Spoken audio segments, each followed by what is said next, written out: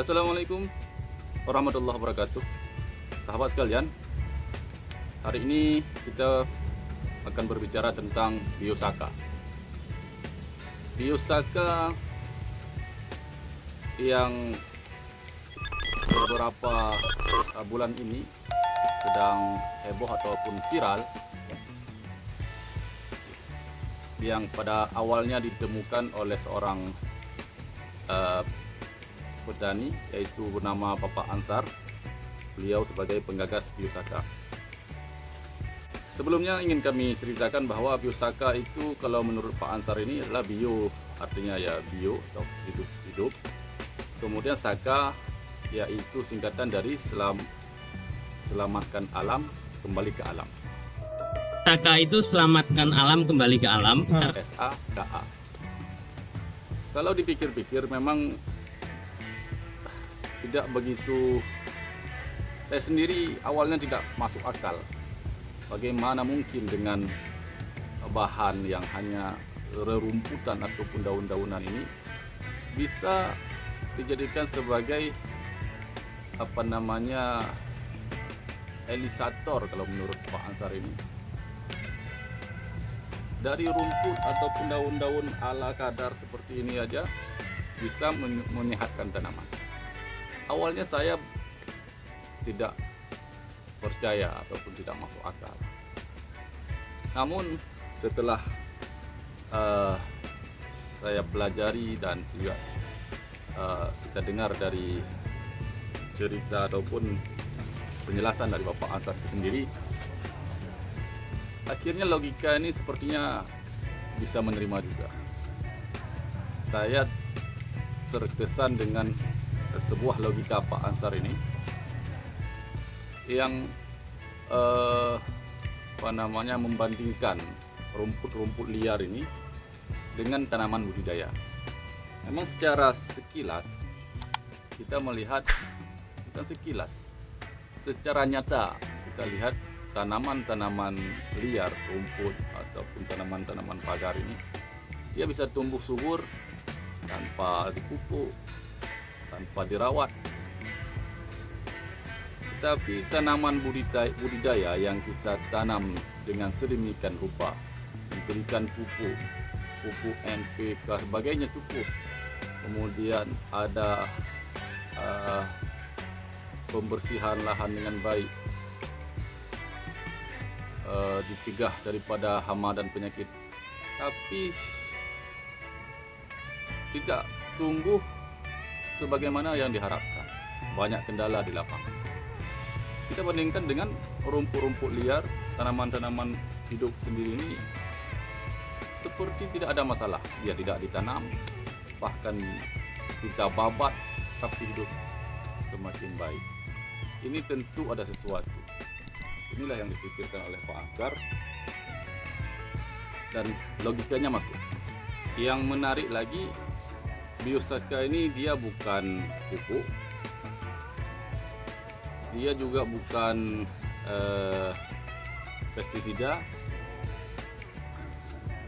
tetapi dia bisa menghemat pupuk dan juga bisa menghemat pestisida.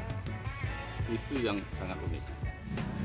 Kemudian yang kedua, biosaka ini juga dibuatnya dengan simple, mudah, dengan bahan hanya daun-daunan atau rumput-rumputan dan air. Diolah sedemikian rupa dengan peremasan. Ini yang lebih unik lagi, dia harus diremas memang. Nggak bisa dia di blender atau digiling, memang harus diremas. Dibuat dengan baik, dengan hati, yang kata Pak Ansar, dengan hati dia buat.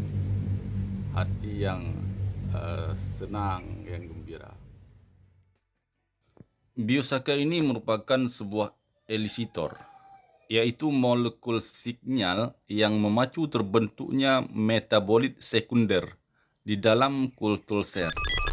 Elisitor yang berasal dari bahan hayati disebut elisitor biotik, yang meliputi polisakarida, protein, glikoprotein atau fragmen-fragmen dinding sel yang berasal dari fungi, bakteri, dan tanaman.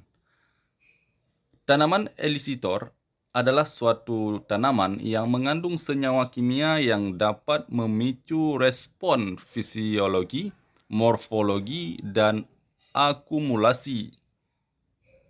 Elisitor dapat menginduksi resistensi tumbuhan.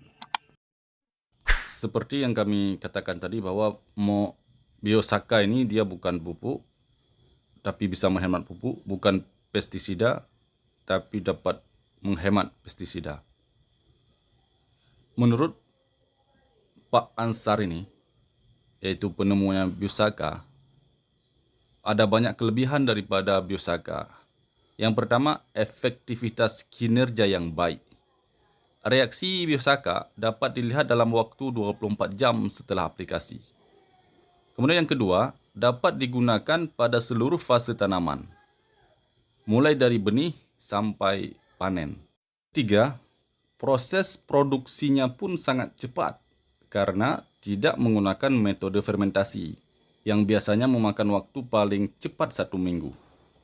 Keempat, cara penggunaannya juga mudah dan penggunaan dosis yang sangat sedikit. Cukup 40 ml dicampur dengan 15 liter air untuk 1 kali penyemprotan untuk luasan 1000 meter persegi atau 400 ml untuk 1 hektar tanaman padi. Sangat mudah dan juga hemat. Penyemprotan dari mulai tanam sampai panen dilakukan sekitar 7 kali aplikasi. Kemudian yang kelima, dapat diterapkan pada semua komoditas, termasuk tanaman perkebunan. Dan yang keenam, dapat mengurangi penggunaan pupuk kimia hingga 50-90%, sehingga jauh menghemat biaya produksi. Dan yang ketujuh, bahan baku biosaka ini juga tersedia di setiap saat di lingkungan petani, dimanapun dan kapanpun kita mau. Tinggal ambil aja rumput-rumput atau daun-daun yang ada. Memang ada juga sedikit kekurangan yaitu dari biosaka, yaitu tidak dapat diproduksi dengan mesin. Dia memang harus diolah secara manual dengan tangan manusia. Kekurangan lainnya adalah bahan baku yang terus berganti pada saat pembuatan. Dan setelah dipelajari, hama selalu berganti dan beradaptasi. Namun demikian, biosaka merupakan sebuah terobosan baru yang sangat bermanfaat bagi petani, dan ini patut kita apresiasi sebagai teknologi temuan anak negeri, dan kita dukung bersama untuk tetap eksis mengedukasi para petani untuk bisa memanfaatkan teknologi ini dengan semaksimal mungkin. Terima kasih.